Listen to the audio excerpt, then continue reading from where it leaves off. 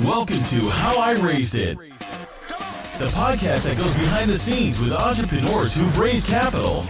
We uncover the tips, tricks, and techniques they use to get investors to write a check. Strap in and turn it up. Hi, welcome to another episode of How I Raised It. Today with me is Jeff Cripe of Cargo coming to us from New York. How's your day going, Jeff? Going really well, but I've been looking forward to doing this. Awesome. Jeff was a few minutes late because he just came from a VC meeting. So it's, this is great. This is like real-time funding advice, as it's happening, as it's unfolding. So what is Cargo and how'd you come up with the idea for this business? Yeah, so the way we describe ourselves is we're essentially an in-car commerce platform for the rideshare economy. So what we do is we provide a hardware and software enabled device that we install in rideshare vehicles by shipping directly to the driver. And with that hardware and software, passengers are able to order and receive in real time from their drivers consumer goods products that can be anything from electronics like iPhone chargers and cell phones, and cell phone chargers and things like that, to premium cosmetics or snacks or Advil or hangover cures or weird Korean face masks. It's meant to be a moment of sort of like tapping into like what you actually need on a daily basis when you're in a rideshare vehicle, as well as like something you might want to discover with that passive time in the vehicle. Interesting. And so all these products are kept in inventory in the car. I mean, the passengers aren't ordering these ahead of time, are they? They're Not yet. That's something we're interested in doing through partnerships with different rideshare companies, allowing you to actually pre-order a product and having it, sort of ready inside the vehicle, whether that's, having your driver pick up a Starbucks for you or just, tapping into the inventory that we in the car and saying, hey, I'm on the way to the airport. I don't have time to go to a Dwayne Reed. Your driver would just have an iPhone charger, that we've pre-supplied them with waiting inside the vehicle.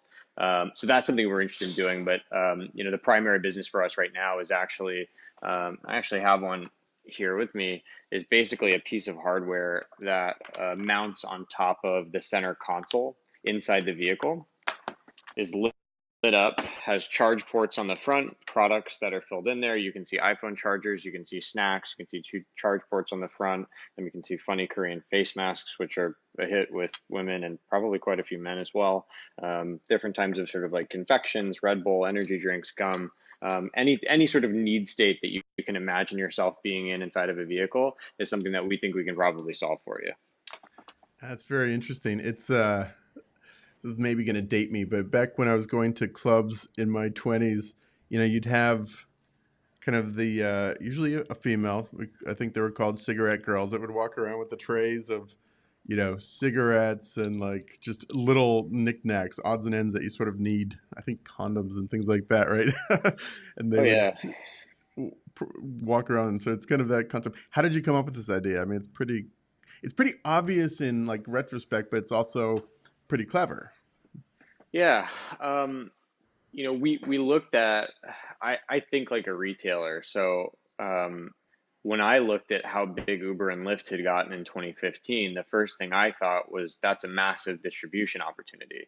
And vending machine businesses are typically pretty good businesses. They return capital pretty quickly and reliably. If you've sort of forecasted sales well, the margins are quite good. They throw off a lot of cash, and drivers were and are hungry for additional income. We sort of had a built-in service personnel inside the vehicle, the driver, who could actually manage the inventory if we could resupply it to them cost efficiently. So the mechanics were sort of all there. And we tested the idea out in New York City with a couple of acrylic boxes inside of Via cars in New York, if you're familiar with that rideshare service. And something like 8.5% of people were actually purchasing things that we'd sort of put inside the vehicle, which, if you're a retail guy like me, 8.5% of conversion is unbelievable. And it was a really bootleg operation that was done with like Square credit card readers, laminated signage that I made at Kinko's, and Love it. some acrylic boxes I'd bought on Amazon filled with products I'd bought on Amazon, including some fake Apple products at the time. And things were just flying off the shelf. So we said, okay, we've got something here. We don't know what we have, but the data is really good. So why don't we, we applied to Techstars. I knew as a first-time founder that going through an accelerator program, especially a prestigious one, would be good for one, learning how to really sort of get a company off the ground, but two, and this is relevant to this conversation, like really improving my fundraising chops. And both of those things proved to be true.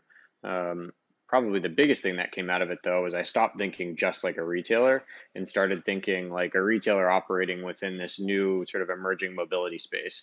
And what occurred to us is that the big idea here is not creating a massive vending machine company. The big idea here is owning the experience inside of the vehicle. Mm.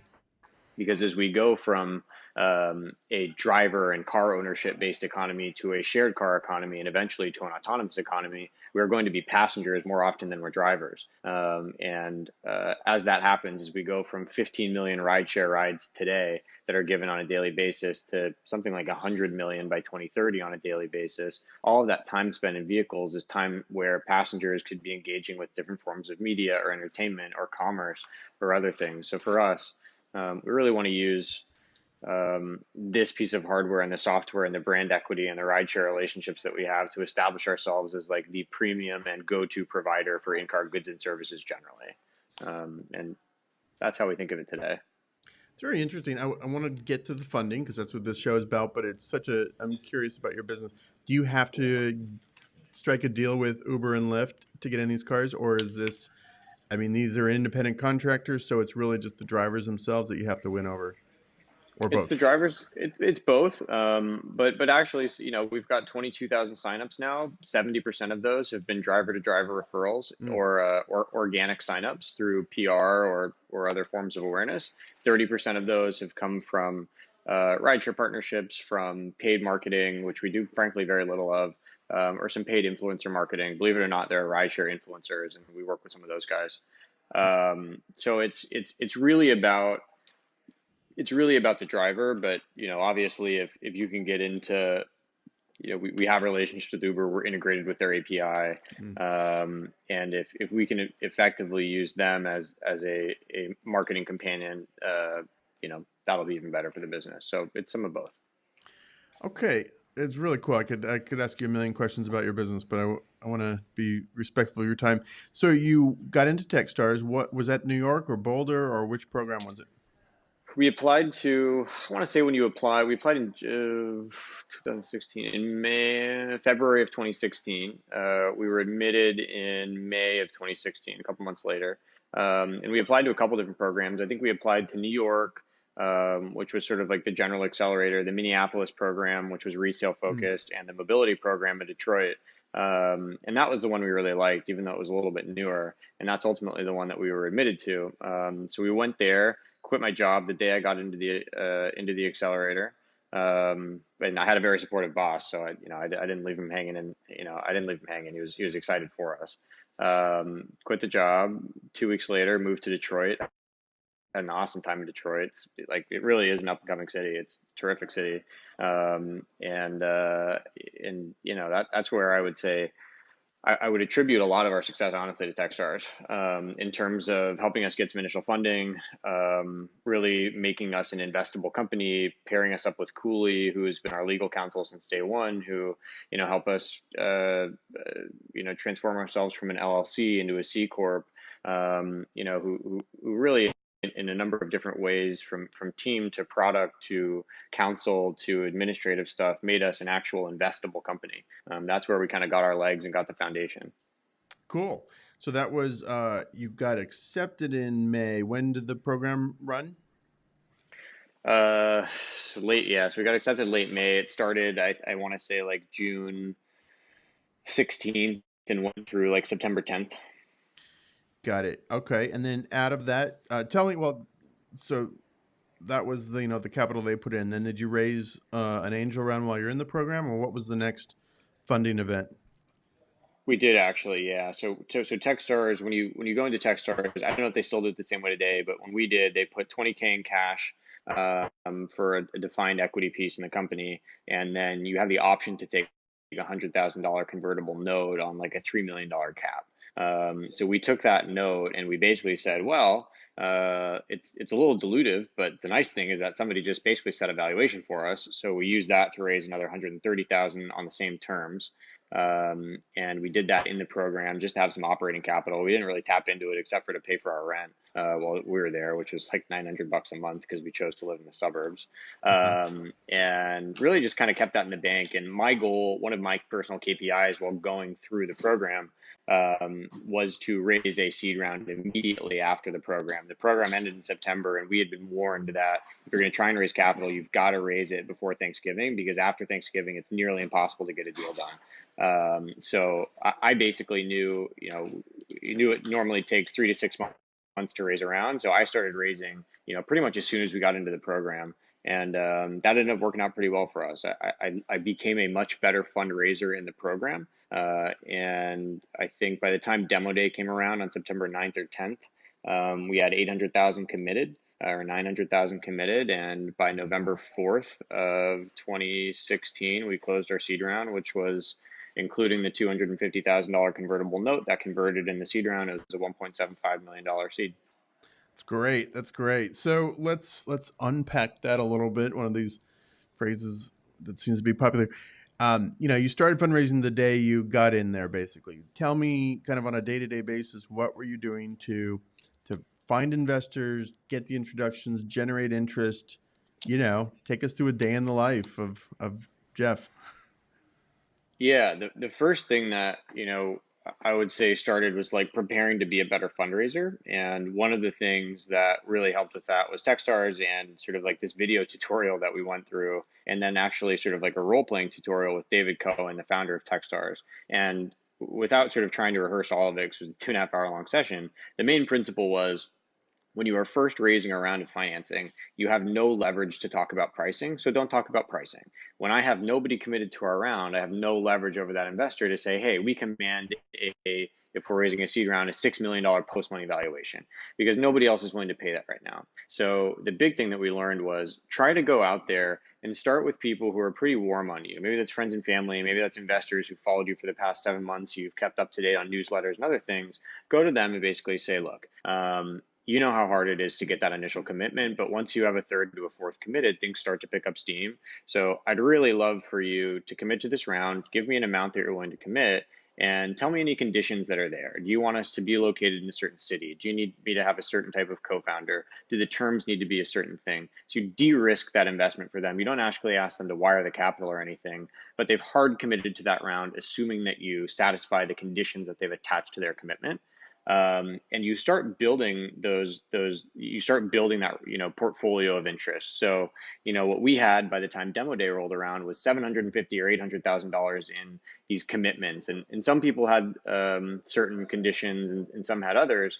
But the interesting thing that happened was, as soon as we got to $1 million or 1.25 in committed capital and then found a lead that pushed us to 1.5, we now had momentum and we had pricing leverage and we were interesting and we were a hot company, and all of those conditions, oh, you need to be in this city, oh, you need to have this team member, oh, you need to be doing X, $100,000 of revenue by the end of the year.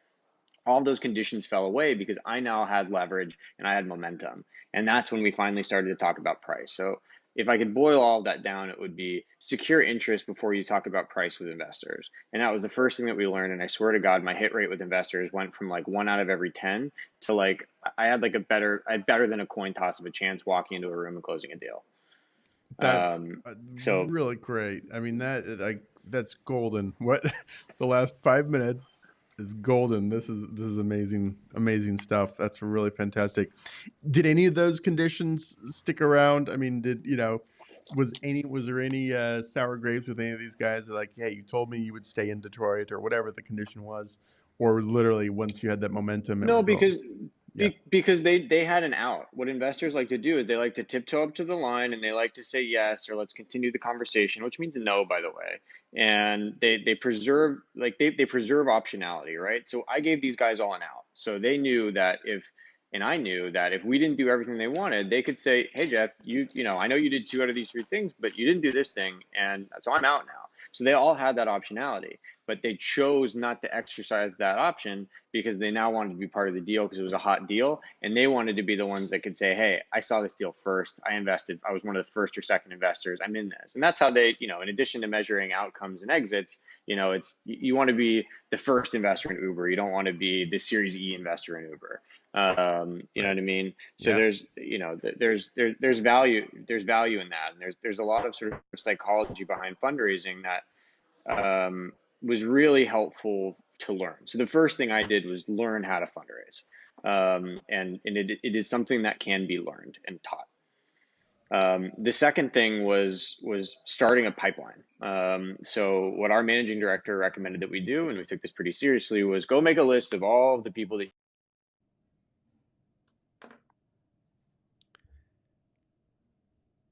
are in, and track their minimum allocation and their maximum allocation. And if you need to get to 6 million, the minimum and maximum allocation of each of those investors, and yeah. Can you just repeat that? It froze for 1 sec. So just repeat. The second thing to do is start a pipeline. Just pick up with the second thing to do if you don't mind. Yeah. So, after learning how to fundraise, the second thing you need to do is identify a pipeline of investors that you can actually go out and either speak to because you have intros or seek intros to. So that's what we did. We started, honestly, I didn't use HubSpot. I didn't use Salesforce. We just used an Excel document, and the Excel document basically was name of investor. Are they a VC? Are they an angel? Type of investor, where they're located, what their minimum and maximum allocations are, where in the deal cycle with them are we, and what is the likelihood that translates to an investment. And you assign it a probability. And at the bottom of that, you need to raise $1.5 million. So you basically have a pipeline of 50 investors, their minimum and maximum allocations, and probabilities assigned that each investment is going to be a yes, a no, maybe whatever. And you see if the number of meetings that you can potentially set up based on those probabilities will result in a $1.5 million raise. And you know that you need to enlarge your pipeline, or you've got too much in your pipeline. And then you start with sort of like the warm folks, and you start to try and build that Rolodex of interest again. So once we had the pipeline, that's when we started going out and actually securing meetings. And Techstars was helpful for that. Our law firm was helpful for that. And frankly, like, investors are the best way to get to other investors. And whether an investor passes on you, or they say, let's come, let's do another meeting. At the end of it, always say, like, hey, we're raising this round. Do you know anybody else who'd be interested in taking a meeting? And leverage that. So it was about identifying the pipeline and then actually building out the connections to execute on the pipeline. How did you determine minimum and maximum allocation? I think your whole pipeline approach and probability is very interesting, but how did you figure out that part? You just ask, or you spend a bunch of time on Crunchbase, and you look at, at what stage does this firm usually participate? And usually firms self-identify as we're seed series stage. We're a Series Seed venture firm. We don't lead. That means they're writing $250,000, $100,000 to $250,000 checks. Or we're a Series A company, or we do both, but we typically only lead. That means they're writing $500,000 to $1 million checks. You ask and you look on Crunchbase and you do your research, and it's not only also about like, what does that partner do? If you're talking, or excuse me, what does that firm typically do? If you're talking to a big firm, you need to look at like what that partner typically invests. Mm-hmm. So it's really about asking, because all of the partners have different sort of, levels for the most part that they can sort of like execute deals on, and different firms have different ways to sort of consecrate deals. Some firms need to have 100% partner buy-in. Some, firms, the partners have the ability to write up to a certain amount of check size without necessarily getting full partner buy-in. So honestly, it's just about asking. Yeah, those are great. But documenting the responses as well. No, that's great. That's really good. I think founders often don't do enough asking and their own due diligence and probing. You spend an hour meeting, and 55 minutes of that is talking about your pitch and answering their questions, but you need to have 15, 20 minutes to carve off to really ask all those questions you just posed. Do you have a sense, or do you recall how many total investors you talked to and how many ended up coming in on that round?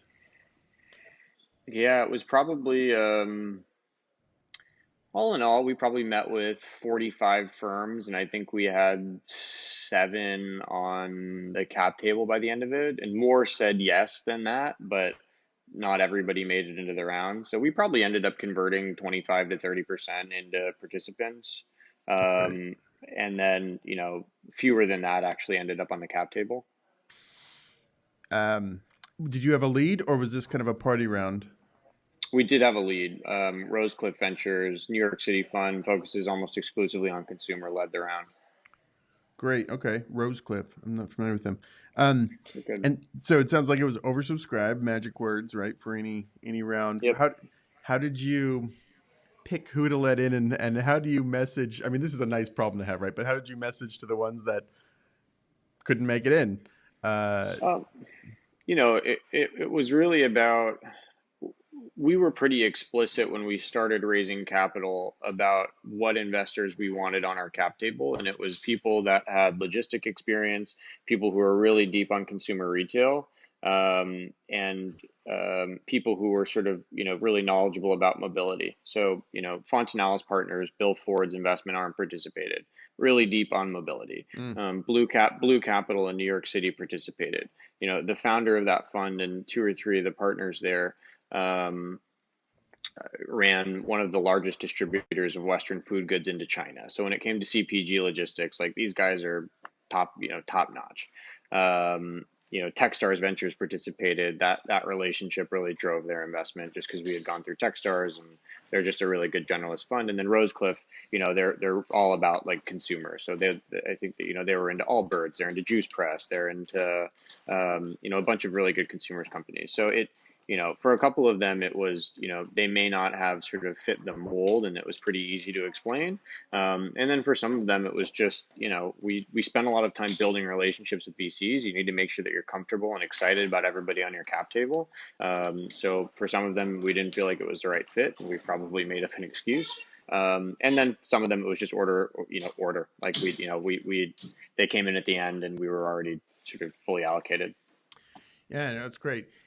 It sounds like you have some good depth of talent and experience around the table. I'm assuming only one of those firms has a board seat. So and correct me if I'm wrong, but how are you tapping all that other experience and knowledge?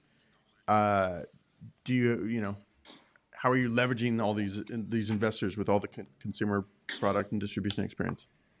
Yeah, so I'm a pretty communicative founder. One of the best hacks that I've found is sending out a monthly newsletter to investors who are on your cap table, investors who passed on you but are interested, family, friends, people who are just in the space and interested in what you're doing. You send a monthly newsletter out, you break it down by sort of like business component. Here's how for us, driver supply is going. Here's how brand partnerships are going. Here's how logistics are going. Here's how hardware is going. Here's how software is going. And you just sort of keep people in a non-proprietary way, sort of apprised of what you're doing, and you stay top of mind with those people. And so I think communication is the first step. Then we also have a monthly board meeting, and we have an investor update that is specific to investors with a bunch of proprietary information that we distribute to all of our investors. So one is just communication. Like, they've got a bunch of portfolio companies. You're probably one of 25 deals that the partner has. So depending on the size of the firm. So you need to be top of mind with them, so that when things come across their table, they think to ping you about it. The other thing is just, making sure, I always ask them, like, so what are you interested in helping with? Because nobody's going to want to help if they're not interested in helping on that particular topic. So I try to ask, like, what do you want to help with? And then I know when I have a certain problem, I go to that person for that ask. Yeah, that's great. I think it's a lot of communication and just sort of like question asking, really. And apart from that, like, you just will develop stronger connections with some people than others. Like, I have somebody who, in terms of, we've had people that have written, $2 million checks now to us. But somebody who's only in the cap table for 200K is probably my closest investor. He's like my, psychologist almost. When I'm thinking through when I'm thinking through deal strategy or tough hiring things, or when to fundraise or what to target or how to work with VCs or how to, he's the person I go to, and you'll just start to sort of get a sense for who can be helpful to you where. That's fantastic. So have we covered all your rounds? Or I know you just announced a fairly new one too. Have we covered Yeah. that already? Or is that The seed round that we did was in November of 2016, and that was a $1.75 million round, institutional led. The round we just announced, we closed almost a year to the day later in November of 2017, and we just announced it in January now of 2018. So last month, a couple of weeks ago, and that was a $5.5 million round that all institutional for the most part. There was a little bit of sort of strategic angel money in there, but pretty much all institutional. And that round was led by CRCM Ventures, based out of San Francisco, with participation from Kellogg's as a strategic, and who's one of our biggest clients. Kellogg's the cereal maker? Yeah, they've got a massive portfolio that is snack bars, and they just bought our X bar, one of the the fastest growing sort of healthy protein bars. I mean, they've got a Rice Krispies, Cheez-Its, I mean, Pringles, huge portfolio. But in terms of consumer packaged goods companies that are really innovative, progressive, interested in new distribution channels, they're a great fit for us. That's interesting. Yeah, that's a great. Let's touch on that for a minute. So, did you conscientiously set out to have a strategic investor like that, or did it just sort of happen organically? It just happened. I actually really didn't want a strategic investor. Strategic investors are tough. I think they're better sort of like post Series B once you know exactly what your business is. I think sometimes strategics can get on the cap table thinking they're in for one thing, and then the business may change over time, as startups are wont to do. And they're now invested in something completely different that maybe is delivering less strategic value to them than they initially thought. Uh, for us, however, we have a bunch of different types of partners, right? We have rideshare partners who we have brand partners, we have logistics partners. For us, it um, it was really a no-brainer once we got into it with Kellogg's that it wouldn't be competitive, it wouldn't be a poison pill, and we were always going to have a need for what they could bring to the table. And they're just good investors who, didn't want to, control the cap table. They just ended up being really good venture investors and a good fit for us. So it was something I was notionally almost against to begin with, but I'm really happy that it's worked out the way that it has.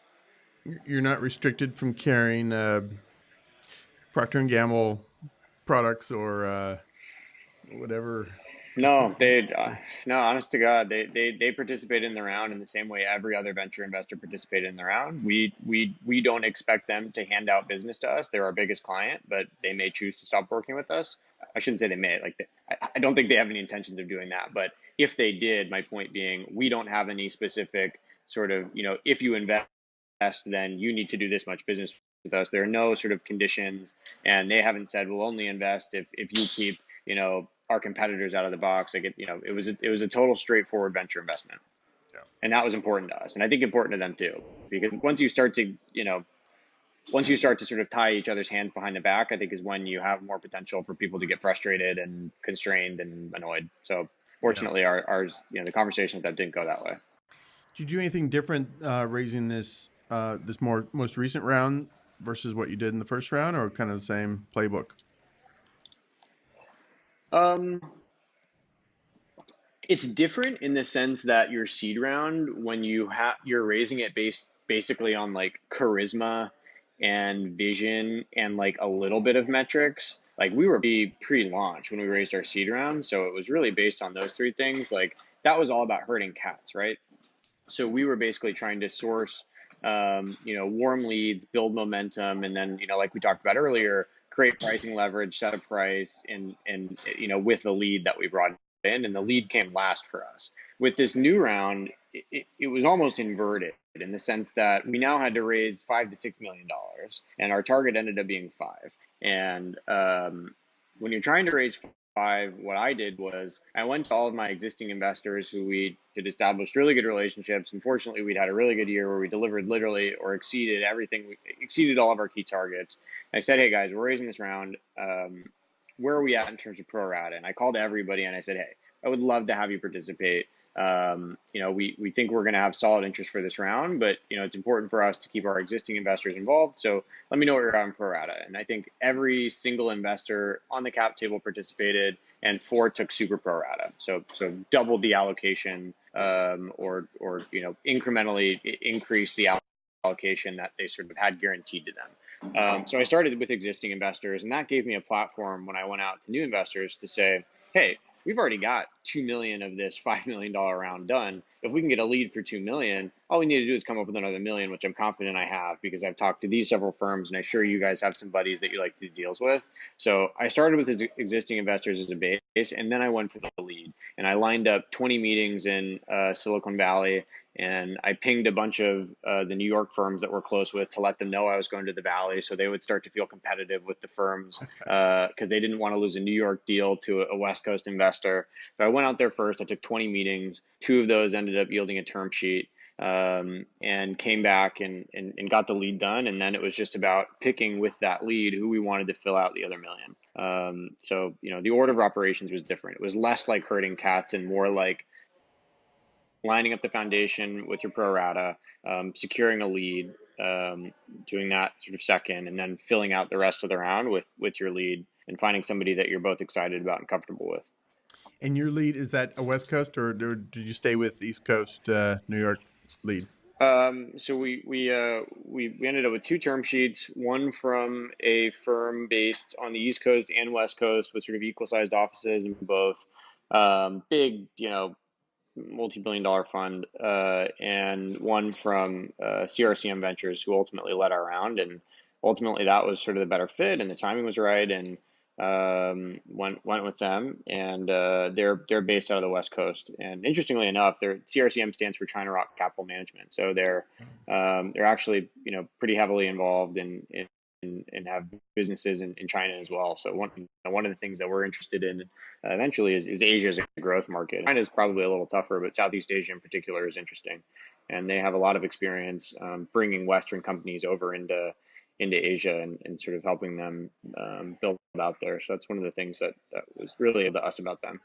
That's really interesting. Yeah. On that note, just a couple more questions to let you go. On that note, do you have, are you seeing competitors emerge in other regions? You sort of saw that's with the ride sharing companies, right? You've got all these fairly large ride sharing companies sprouting up, raising lots of money. Are you seeing anything like this happening in your space? And if so, how does it affect your funding strategy? Do you think you need to go raise? Do you feel pressure to go raise a lot of money?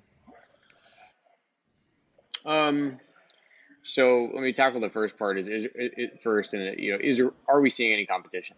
In the U.S., no. I'm sure there are companies out there that are just kind of flying under the radar that we don't know about. We know the market pretty well, but I'm sure there's somebody out there working on something, trying to raise money. And I'm always worried that tomorrow I'm going to hear that Sequoia just dumped $25 million into a cargo competitor, but hopefully that doesn't happen.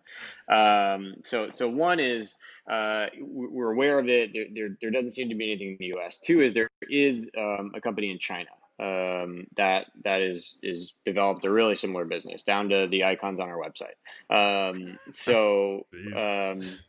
We're aware of them. China is a crazy place. There's a lot of capital. I think they've now raised $13 million in 5 months. So we're very much the market leader in the U.S. We're the team leader. We're the product leader. But they've now raised more money than us. So it definitely gets the competitive juices flowing a little bit. I actually think it's good to have competition that validates the market. Like we're doing something totally new, right? Like there's no model for this. This isn't another like digital marketing company. This is really something new, unproven, like not clear if it's going to work. I mean, it's moonshotty. So I think it's actually quite good to have competitors in the market because I think it gets our investors juices flowing a little bit in addition to ours. And I think it validates the market a little bit, which will ultimately, because we are by far the product leader, the team leader, the fundraising leader in the US, I think that'll be beneficial to us in the long run. When you have a Chinese company that is, I'll use my words, not your words, that sounds like they're copying you pretty closely. Do you do anything about that, or do you just kind of grind your teeth for a little bit and then get back to building the business? I'll be honest. I thought about putting like 100K into their latest round. Um, Really? but I'm the yeah. So one, like the guy running it is a great pedigree. He was, I believe, he was like the head of driver growth for Didi, the largest ride sharing company in China. Two, their operational model, is actually quite different from ours. And it has caused me to think about how ours could evolve over time. Mm. And three, number three is if it were any other place, I would probably be a little salty. But because it's China, it honest to God is a market that I wasn't super interested in tackling. China is littered with the corpses of American companies that have tried and failed to do big business there. Yeah. So in terms of like where we're thinking about expanding, it wasn't super high on my list. So more than anything, like I actually think they're going to be quite successful. They have a huge advantage over us in that WeChat is omnipresent and allows mobile payments much more effectively than anything in the US right now. So I think they're going to be successful. And I thought about trying to, not seriously, but if I had the opportunity to put some money into them, I would have. Yeah, very interesting. Okay, awesome. This is absolutely fantastic. I think just last question. Anything you would what one piece of advice would you give yourself if you were doing this all over again back in the early days, or just general advice for founders? Given a ton of playbooks here, this is really useful. But anything you would do differently if you're doing this all over again? Hmm. Um, we got lucky with a few things. Like you have to have a co-founder. Like I honestly like it increases data wise, like the data shows that you have to have a co-founder. So initially I was trying to sort of do it mostly alone, and Mm. eventually I wisened up and found my co-founder, and our chances to succeed statistically and actually, improve substantially. The second thing is I resisted doing the newsletter for a while. Techstars said, hey, do the newsletter, send it out monthly to investors, all the mentors that you meet, investors that pass on you. Just ask them, hey, I'm sending this newsletter, keep you updated on the business. It is the best thing that I've ever done. Honestly, probably 40 to 50% of the capital that we've raised has come from as a result of those newsletters, because we've kept people top of mind. Our lead for both rounds came as a result of the newsletter. Like, it's a great thing. It's a great hack. It'll take an hour once a month. Like, I cannot recommend doing that enough.